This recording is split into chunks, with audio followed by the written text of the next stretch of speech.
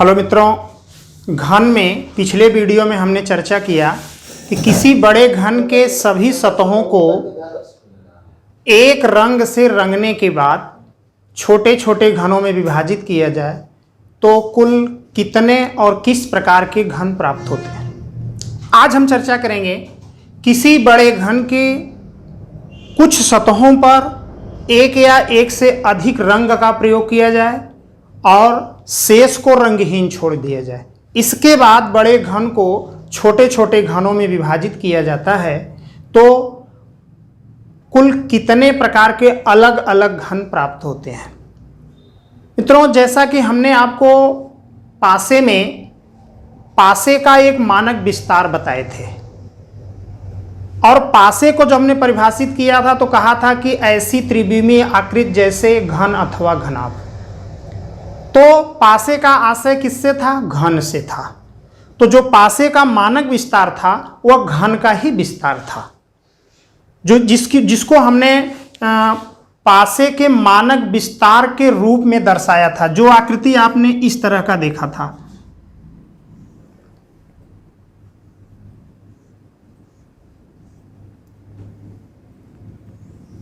अब इस विस्तार का प्रयोग हम एक से अधिक रंगों के प्रयोग के लिए करेंगे। तो सबसे पहले आप ये जानें कि एक से अधिक रंग का प्रयोग यदि बड़े घन पर किया जाता है तो इसके पहले आपने देखा था कि कार्नर से 3 रंगीन सतह के घन प्राप्त होते हैं जिनकी कुल संख्या सदैव 8 होती है। लेकिन अगर एक से अधिक रंग का प्रयोग किया जाता है और कुछ को रंगहीन छोड़ दिया जाता है तो कार्नर से 4 प्रकार के घन प्राप्त होते हैं जिनको हम नाम देते हैं C3, C2, C1 और C0। बड़े घन के कार्नर से जो 8 घन प्राप्त होते थे जो 3 रंगीन के होते हैं, अगर एक से अधिक रंग का प्रयोग किया जाता है और कुछ सतहों को रंगहीन छोड़ा जाता है तो कार्नर से ये 4 प्रकार के घन आपको प्राप्त होते हैं जिनको हम नाम देते हैं C3, C2, C1 और C0। अब यहाँ पर C3 क्या है? C3 का आशय है 3 रंगीन, 3 रंगीन सतह वाले घन, 3 रंगीन सतह वाले घन। C2 का आशय क्या है? 2 रंगीन सतह वाले घन। C1 का आशय क्या है? 1 रंगीन सतह वाले घन। और C0 का आशय क्या है? बिना रंगीन सतह वाले अर्थात रंगहीन सतह वाले घन। ये 4 प्रकार के घन केवल और केवल आपके कार्नर से प्राप्त होते हैं, कोने से प्राप्त होते हैं। अब ये तो 4 घन कोने से प्राप्त हुए। अब बड़े घन के कोर से एज 3 प्रकार के घन प्राप्त होते हैं जिनको हम नाम देते हैं E2, E1 और E0। E2 का मतलब 2 रंगीन सतह वाले घन, 2 रंगीन सतह वाले घन। E1 का आशय होता है 1 रंगीन सतह वाले घन। E0 का आशय होता है बिना रंगीन सतह वाले घन। कार्नर से 4 प्रकार के घन प्राप्त हुए, कोर से 3 प्रकार के घन प्राप्त हुए। अब बड़े घन के सतह के केंद्र से 2 प्रकार के घन प्राप्त होते हैं जिनको हम नाम देते हैं S1 और S0। S1 का आशय है 1 रंगीन सतह वाले घन, 1 रंगीन सतह वाले घन। और S0 का आशय होता है बिना रंगीन सतह वाले घन। तो अब आप देख रहे हैं कि किसी बड़े घन के कुछ सतहों को एक या एक से अधिक रंग का प्रयोग किया जाए और कुछ को रंगहीन छोड़ दिया जाए तो बड़े घन के कार्नर से C3, C2, C1 और C0 4 प्रकार के घन प्राप्त होते हैं। बड़े घन के कोर से 3 प्रकार के E2, E1 और E0 प्राप्त होते हैं और बड़े घन के सतह के केंद्र से दो प्रकार के घन प्राप्त होते हैं, S1 और S0। तो आप कैसे जानेंगे कि ये कॉर्नर का है, ये कोर का है, ये सतह का, इसलिए हमने आपको अलग अलग अक्षर से डिनोट किया है। कॉर्नर का है तो C3 है, C से डिनोट किया गया है। कोर का मतलब एज, E से डिनोट किया गया है। और S सतह है, सरफेस, S से प्रयोग किया गया है। अब ये तो आपके बड़े घन के सतह के एक्सटर्नल स्थिति होती है। जो इंटरनल स्थिति होती है, आंतरिक गतिविधि होती है, वो n-2 का होल क्यूब जो पहले था वो ऑलरेडी उतना रहता ही है। तो अब आप ध्यान दें कि C3 का भी आशय 3 रंगीन सतह से है, C2 का आशय 2 रंगीन सतह से है, लेकिन E2 का आशय भी 2 रंगीन सतह से है। इस तरह से आप कह सकते हैं कि यदि कहीं पर 2 रंगीन सतह वाले घनों की कुल संख्या की बात की जाएगी तो वहां पर हम C2 और E2 को जोड़कर लिखेंगे। क्यों? क्योंकि C2 भी 2 रंगीन है और E2 भी 2 रंगीन है, लेकिन बात यह है कि C2 कॉर्नर का 2 रंगीन है और E2 कोर का 2 रंगीन है। तो इस तरह से अगर हम इन सबको एक साथ डायग्राम पर रखते हैं तो कुछ इस तरह की स्थिति प्राप्त होती है। कॉर्नर वाले घन कौन कौन से हैं?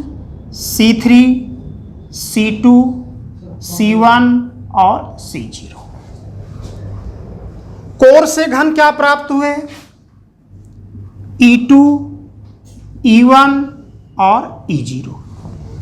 सतह से कौन से घन प्राप्त हुए? S1 और S0, S1 और S0। तो जैसा कि आप यहां पे चर्चा कर चुके हैं, C3 का आशय है 3 रंगीन, तो C3 में और कुछ है नहीं, तो C3 ऑलरेडी अकेले रह जाता है। C2 का भी आशय 2 रंगीन है और E2 का आशय भी 2 रंगीन सतह से है। तो इसका मतलब है अगर कहीं पर आपसे 2 रंगीन सतह की बात की जाती है तो आप C2 और E2 को दोनों को जोड़कर एक साथ रखेंगे। अब कहीं पर अगर एक रंगीन सतह की बात की जाती है तो आप देख रहे हैं कि C1 भी एक रंगीन है, E1 भी है और S1 अर्थात जहां पर 1 लगा है सब के सब एक रंगीन सतह वाले घन हैं, अर्थात इनको आप एक साथ रखेंगे। अब आप देख रहे हैं C0, E0, S0, जहां पर 0 लगा हुआ है वो बिना रंगीन सतह को दर्शा रहा है। इसका आशय ये हुआ कि ये सब के सब क्या हैं? बिना रंगीन सतह वाले घन हैं। और ये बिना रंगीन सतह वाले घन जो हैं वो आपके बड़े घन के बाहरी सतह के हैं। अभी अंदर के जो घन हैं n-2 का होल क्यूब ऑलरेडी इसमें जोड़ा जाएगा। अब आप जरा ध्यान दें, C का मतलब कॉर्नर है, E का मतलब एज है, S का मतलब सरफेस है। इसके पहले जब हमने कॉर्नर की बात किया था तो आपने देखा था कॉर्नर का मतलब 3 रंगीन सतह को संबोधित कर रहा था। तो कॉर्नर से हमेशा कितने घन निकले हैं? 8 घन निकले हैं।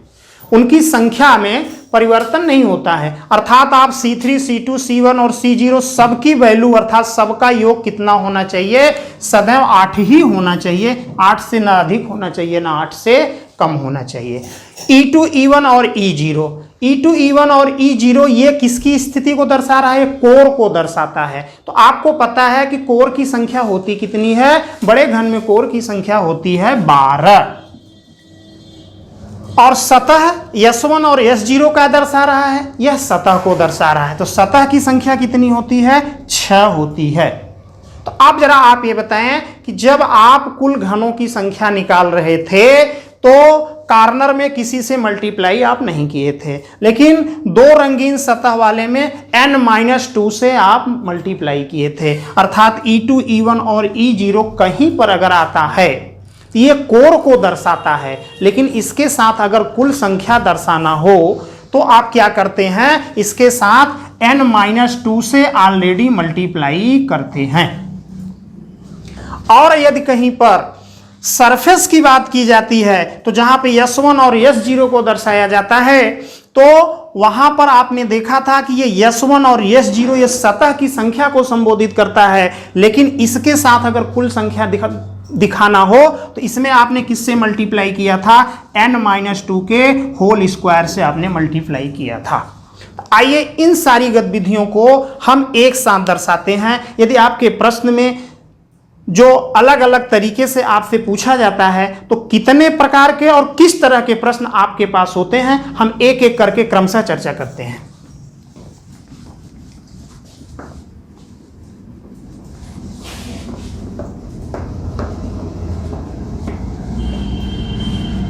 तो इस प्रश्नावली में पहला प्रश्न जो आपका पुटअप होता है वह होता है 3 रंगीन सतह वाले घनों की कुल संख्या।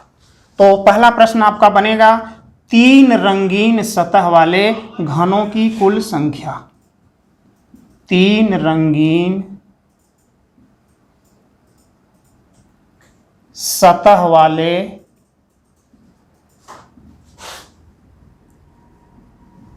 घनों की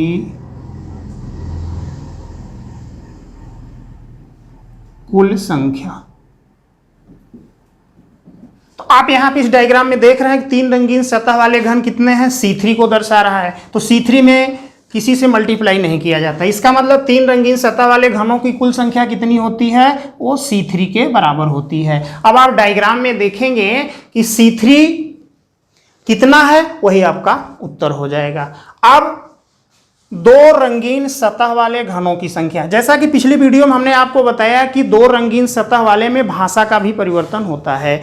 2 रंगीन सतह में भाषा का परिवर्तन का आशय है कि केवल 2 रंगीन सतह वाले घनों की संख्या या कम से कम 2 रंगीन सतह वाले घनों की संख्या। तो हमने आपसे बताया था कि केवल 2 रंगीन सतह का आशय होता है कि जिनकी सतहें केवल 2 रंगीन हो, लेकिन कम से कम 2 रंगीन का आशय होता है कि जिनकी सतहें 2 रंगीन हो वो तो रहेगा ही, 2 से अधिक अर्थात 3 रंगीन वाली भी जो सतहें होती हैं वो ऑलरेडी क्या होती हैं, जोड़ दी जाती हैं। तो यहां पर दूसरा कॉन्सेप्ट, दूसरा जो स्थिति बनती है वो होता है केवल 2 रंगीन सतह वाले घनों की संख्या। केवल 2 रंगीन सतह वाले घनों की संख्या। तो अब आप देखें कि यहां पर 2 रंगीन में 2 किसको दिखा रहा है, C2 को दिखा रहा है और E2 को दिखा रहा है। तो इसका मतलब 2 रंगीन में C2 और E2 क्या होगा, जुड़ जाएगा। तो C2 में तो किसी से गुणा किया नहीं जाता, कुल संख्या निकालते समय E2 में n-2 से मल्टीप्लाई किया जाता है। तो केवल 2 रंगीन सतह वाले घनों की संख्या क्या हो जाएगी, C2 प्लस n-2 E2। अब यहीं पर बात तीसरी स्थिति की बनती है, जो भाषा के परिवर्तन के साथ आपके पास आता है। वो भाषा के परिवर्तन के साथ होता है कम से कम 2 रंगीन, कम से कम 2 रंगीन सतह वाले घनों की संख्या। तो जैसा कि हमने बताया कि कम से कम 2 रंगीन सतह वाले घनों की संख्या का मतलब होता है 2 रंगीन वाला जो होता है वो तो रहता ही है, उससे ज़्यादा जो भी संभव है वो उसमें जुड़ जाता है। अर्थात आप कह सकते हैं तो यहाँ पर हो जाएगा C2 प्लस n-2 E2। ये तो 2 वाला तो रहेगा ही, इसमें आप C3 को ऐड कर देंगे। तो ये आपका हो जाएगा कम से कम 2 रंगीन सतह वाले घनों की संख्या। अब अगला प्रश्न आपका बनता है केवल 1 रंगीन सतह वाले घनों की संख्या। अब केवल 1 रंगीन सतह वाले घन में हैं क्या, C1, E1 और S1 है। तो C1 में तो किसी से गुणा किया नहीं जाता, C1 प्लस E1 है, किससे मल्टीप्लाई करेंगे, n-2 से, E1 इंटू n-2। और S1 में किससे गुणा करेंगे, n-2 का whole square plus S1 into n-2 का होल स्क्वायर। तो यह केवल 1 रंगीन सतह वाले घनों की संख्या होगी। अब यहीं पर अगर आपसे कोई ये पूछता है कि कम से कम 1 रंगीन, कम से कम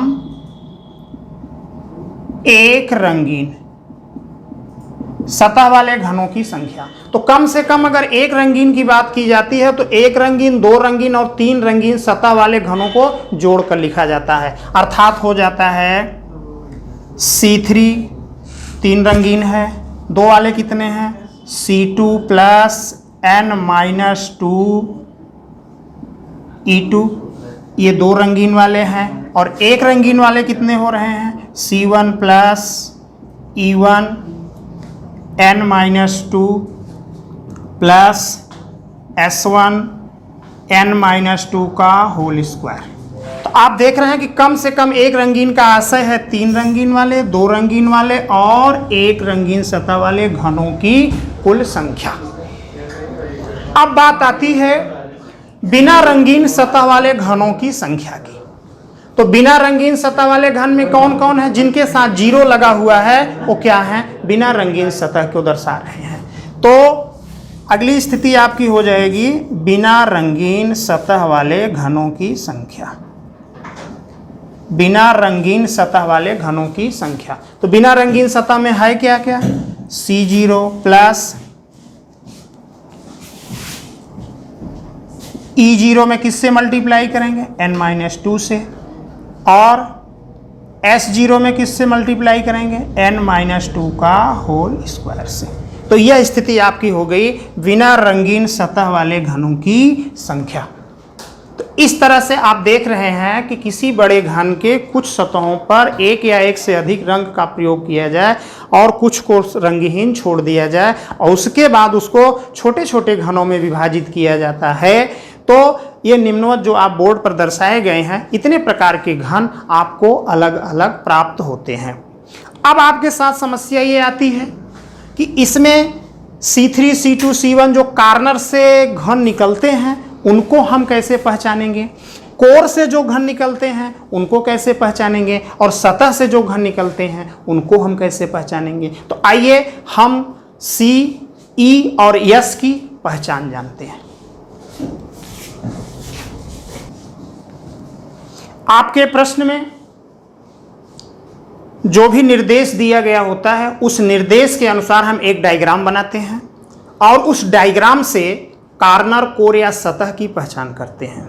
जैसे प्रश्न में आपके निर्देश दिया गया है किसी बड़े घन के 3 पड़ोसी सतहों को लाल रंग से रंगने के बाद तथा शेष को रंगहीन छोड़ दिया जाए, इसके बाद इसको छोटे छोटे घनों में विभाजित किया जाए तो C3, C2, C1 और C0 की अलग अलग मान क्या होगा?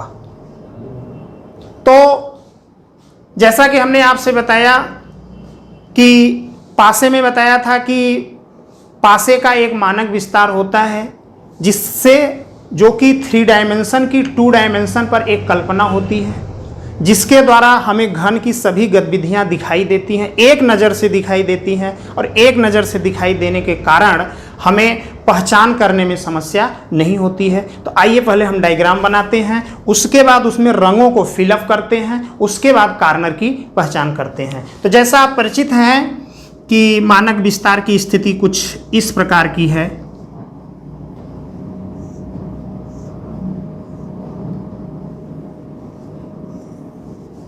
जो कि एक घन की 2 डायमेंशन पर कल्पना है। अब इनमें 6 सतहें आपको दिखाई दे रही हैं, 12 कोर दिखाई दे रहे हैं, अर्थात घन की जितनी भी स्थितियां होती हैं सब की सब आपको दिखाई दे रही हैं। अब हम अपने प्रश्न में दिए गए निर्देश का पालन करेंगे। तो हमारे प्रश्न का निर्देश है किसी बड़े घन के 3 पड़ोसी सतहों को लाल रंग से रंगा जाए। तो यहाँ पर प्रश्न ये उठता है कि 3 पड़ोसी सतहें हैं कौन कौन? एक बार और आप ध्यान दें कि एक छोटी सी गलती अक्सर आप लोग करते हैं कि 3 पड़ोसी सतहों की जब बात आती है तो जैसे अगर हम इसको लेते हैं, इसको लाल रंग से रंग दिए, इसको लाल रंग से रंग दिए, तो 3 पड़ोसी का मतलब होता है हम इसको नहीं रंग सकते। क्यों? क्योंकि ये इसका पड़ोसी तो है लेकिन ये इसका पड़ोसी नहीं है। तो 3 पड़ोसी सतहें अर्थात एक दूसरे के सभी पड़ोसी हों, अर्थात अगर ये लाल है ये लाल है तो यहाँ लाल रख करके हम 3 पड़ोसी कह सकते हैं या ऊपर लाल रख करके 3 पड़ोसी कह सकते हैं। अर्थात 3 पड़ोसी का मतलब कहीं भी हम 3 पड़ोसी सतहों को ले सकते हैं और किसी प्रकार से आप चाहे जैसे भी चाहे वैसे फिलअप करेंगे, मान में कोई अंतर नहीं आता है। तो आइए यहाँ पर एक लाल हम यहाँ लिख देते हैं। तो हमने प्रश्न किया कि 3 पड़ोसी सतहों को लाल रंग से रंगने के बाद शेष को रंगहीन छोड़ दिया गया। मान लीजिए हम इसको लाल रंग से रंग रहे हैं, आइए हम इसको लाल रंग दर्शा देते हैं।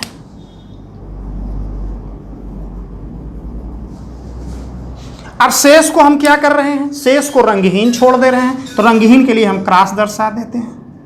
दर्शा दिए। अब आपको पता है कि ये जो लास्ट की सतह है, ये सतह इस सतह की काल्पनिक पड़ोसी होती है, जैसा कि विस्तार से हमने आपको पासे में बताया था। तो इसका मतलब अब इसको यहां रख सकते हैं, और ये सतह इसकी ऑलरेडी काल्पनिक पड़ोसी होती है, अर्थात आर को हम यहां रख सकते हैं। अब आप ध्यान दें कि जो आपके प्रश्न का निर्देश है, उस निर्देश के अनुसार जो 3 डायमेंशन की स्थिति है वो पूर्णतः आपको दिखाई दे रही है। एक नजर से आप देख रहे हैं, इस डायग्राम का यही फायदा है आपको कि कुछ सब कुछ दिखाई देता है। तो अब हमको पहचान किसकी करनी है? कार्नर की करनी है। तो सबसे पहले तो आप ये जानें कि कार्नर का मतलब होता है कि जिस बिंदु पर 3 सतहें मिलती हैं, जिस बिंदु पर 3 सतहें मिलती हैं उसे हम कोना कहते हैं, कार्नर कहते हैं। तो अब आप देखें कि सबसे पहले तो नजर डालें कि इसमें कोने हैं कितने। तो आप देख रहे हैं कि ये एक कोना है जिस पर 3 सतहें आपको दिखाई दे रही हैं। एक दूसरा कोना है जिस पर 3 सतहें हैं, ये भी कोना है, ये भी कोना है, ये कोना है, ये है, ये है और ये है। अब आप ध्यान दें, आप कहेंगे कि इसको आपने क्यों नहीं लिया? क्योंकि हम 3 डायमेंशन की 2 डायमेंशन पे कल्पना किए हुए हैं। अगर हम इस कार्नर को, क्योंकि ये काल्पनिक रूप से हम यहाँ दर्शा चुके हैं, क्योंकि कोने 8 ही होते हैं। तो आपने देखा था कि जब हम इसको जोड़ते थे, काट करके अलग किया गया, तो ये कोना ये दोनों एक ही थे, ये काट करके अलग हुआ है। इसको 2 बार गिनना नहीं है, गिनना 1 बार है। तो 8 कोने आपने दर्शा लिए। अब 8 कोनों पर आप नजर रखेंगे कि किस कोने पर कितनी सतहें रंगीन हैं। तो आइए इस कोने पर नजर रखें। इस कोने पर आप देख रहे हैं यह सतह रंगीन है, यह सतह रंगीन है, लेकिन यह रंगहीन नहीं है, रंगीन नहीं है, अर्थात रंगहीन है। अर्थात इन तीनों सतहें में कितनी सतहें रंगी गई हैं? 2 सतहें रंगी गई हैं। अर्थात इस कार्नर को आप क्या नाम देंगे? C2 नाम देंगे। अब आप देखें, इस कार्नर पर नजर रखें। इस कार्नर पर आप देख रहे हैं यह भी सतह लाल है, यह भी सतह लाल है, यह भी सतह लाल है। अर्थात आप कह सकते हैं तीनों सतहें रंगीन हैं, तो इसको आप नाम देते हैं C3। इस कार्नर को आप देखें, इस कार्नर को आप देख रहे हैं ये लाल है, ये लाल है, लेकिन लाल नहीं है, तो यहाँ पर 2 रंग का प्रयोग किया गया है, ये C2 हो जाएगा। इस कार्नर को आप ध्यान दें, ये रंगहीन है, ये रंगहीन है। रंगहीन का मतलब बिना रंग के, लेकिन ये रंगीन है, तो यहाँ पर आप नाम क्या देंगे? C1 नाम देंगे। इसी प्रकार से आप नीचे आ जाएं, अगर हम इस पर नजर रखें तो रंगहीन, रंगहीन लेकिन रंगीन, इसको क्या नाम देंगे? C1, एक रंग है। इस पर कितने रंग हैं? 1 2, ये रंग नहीं है, 2 रंगीन, C2। इस पर कितने रंग हैं? 1 रंग है, इसको क्या नाम देंगे? C1। यहाँ पर इस कार्नर पर आप देख रहे हैं कि किसी भी रंग का प्रयोग नहीं किया गया है, अर्थात आप इसको क्या कहेंगे? ये C0 है। तो अब आप देख रहे हैं कि 8 कोनों का आपने नामकरण कर दिया। तो आप देखें कि C3 कितनी बार आया है। तो आप देख रहे हैं कि C3 इसमें 1 बार आया है। C2 कितनी बार आया है? 1 2 3, C2 3 बार आया है। C1 कितनी बार आया है? 1 2 3, C1 3 बार आया है। C0 कितनी बार आया है? 1 बार आया है। तो जो जितनी बार आता है वही उसका मान होता है, अर्थात C3 की वैल्यू 1, C2 की वैल्यू 3, C1 की वैल्यू 3 और C0 की वैल्यू 1। तो इस तरह से किसी बड़े घन के कुछ सतहों पर 1 या 1 से अधिक रंग का प्रयोग किया जाए और शेष को रंगहीन छोड़ दिया जाए, तो कार्नर से जो चारों प्रकार के घन निकलते हैं उनकी अलग अलग संख्या हम कैसे ज्ञात करते हैं? एक मानक विस्तार का डायग्राम बना करके इसमें रंगों को फिलअप करके किस कार्नर पर कितने रंग हैं उतना नाम दे करके उनकी अलग अलग संख्या को नोट करते हैं, वही हमारा अभिष्ट उत्तर होता है। आइए इसी प्रोसेस पर एक एग्जाम्पल और करते हैं। कोई सोचे नहीं, बस हमको बुलाया तो पैसा दे दो, कोई जब आप काम नहीं करेंगे आपको रहेंगे नहीं, आपको पैसा नहीं देंगे। किसी बड़े घन के 2 विपरीत सतहों को लाल रंग से, 2 विपरीत सतहों को हरे रंग से, एक सतह को काले रंग से रंगने के बाद तथा शेष को रंगहीन छोड़ दिया जाए और इसके बाद छोटे छोटे घनों में विभाजित किया जाए तो C3, C2, C1 और C0 का अलग अलग मान क्या होगा। तो आइए सबसे पहले हम क्या करेंगे, एक मानक विस्तार बनाएंगे।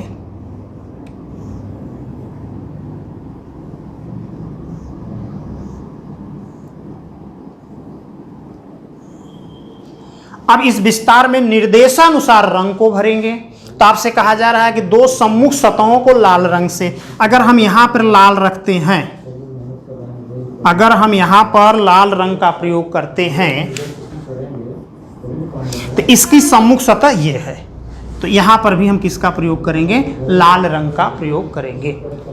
दो सम्मुख सतहों को हरे रंग से, अगर हम यहां पर ग्रीन लिखते हैं, भरते हैं, इसके सामने की सतह भी क्या होगी, ग्रीन होगी। एक सतह को काले रंग से, अब ऊपर की सतह या नीचे की सतह आप स्वतंत्र हैं, किसी को ले सकते हैं। यहां पर हमने क्या कर दिया, ब्लैक कर दिया, और शेष को क्या किए, रंगहीन छोड़ दिए। तो ये क्या हो गया, क्रॉस दर्शा दिए। अब आपने निर्देशानुसार सभी रंगों को फिलअप कर लिया है। तो आपको पता है कि ये और ये दोनों सतहें पड़ोसी थी, कटने के कारण अलग हुई हैं। तो ये इसका काल्पनिक पड़ोसी हो जाएगा ये, और इसका ये काल्पनिक पड़ोसी हो जाएगा ये। अब आपके निर्देशानुसार रंग फिलअप हो गए हैं। अब हम कार्नर पर नजर रखें तो आपको पता है कि 8 कार्नर 1, 2, 3, 4, 5, 6, 7, 8। अब जरा ध्यान दें कि इस कार्नर पर कितने रंग हैं। इस कार्नर पर आप देखें, ये सतह कैसी है, हरी है, ये कैसी है, लाल है, ये कैसी है, काली है, अर्थात तीनों सतहें रंगी गई हैं। अगर तीनों सतहें रंगी गई हैं तो इसको आप क्या नाम देंगे, C3 नाम देंगे। इस पर देखें, लाल, हरा, काला, तीनों सतहें रंगी गई हैं, इसको भी हम क्या कहेंगे, C3 कहेंगे। यहां पर नजर रखें तो देख रहे हैं तीनों सतहें रंगी हुई हैं, तो इसको हम नाम देंगे C3। इस कार्नर को देखें तो यहां पर भी तीनों सतहें रंगी गई हैं, इसको भी क्या नाम देंगे, C3। अब नीचे आते हैं, इस कार्नर पर नजर रखें, ये हरा है, ये लाल है, ये लेकिन ये रंगा नहीं गया, अर्थात 2 रंग का प्रयोग किया गया है, तो इसको आप नाम देंगे C2। इस कार्नर पर देखें, 2 रंग का प्रयोग हुआ है, एक नहीं रंगा गया है, C2। 2 रंग का प्रयोग हुआ है, एक नहीं रंगा गया है, C2।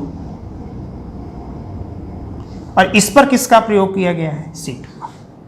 अब आप देख सकते हैं कि हर कार्नर पर जितने रंग प्रयोग किए गए हैं सबका नामकरण आपने कर दिया। तो आप देख रहे हैं कि C3 आया कितनी बार है, C3 आया है 4 बार, 1, 2, 3, 4। तो C3 का मान कितना हो जाएगा, 4 हो जाएगा। C2 कितनी बार आया है, C2 आया है 4 बार, 1, 2, 3, 4। अब यहां पर C1 और C0 आया ही नहीं है। अगर नहीं आया है तो आप उसकी वैल्यू क्या रख सकते हैं, 0 रख सकते हैं। तो इस तरह से C1 की वैल्यू क्या होगी, 0 होगी, C2 की वैल्यू क्या होगी, 0 होगी। तो इस तरह से मित्रों आपने देखा कि किसी बड़े घन की कुछ सतहों को रंगा जाए, कुछ को छोड़ दिया जाए, तो कार्नर से 4 प्रकार के घन प्राप्त होते हैं, और चारों प्रकार के घनों की अलग अलग संख्या कैसे और किस प्रकार से ज्ञात किया जाता है।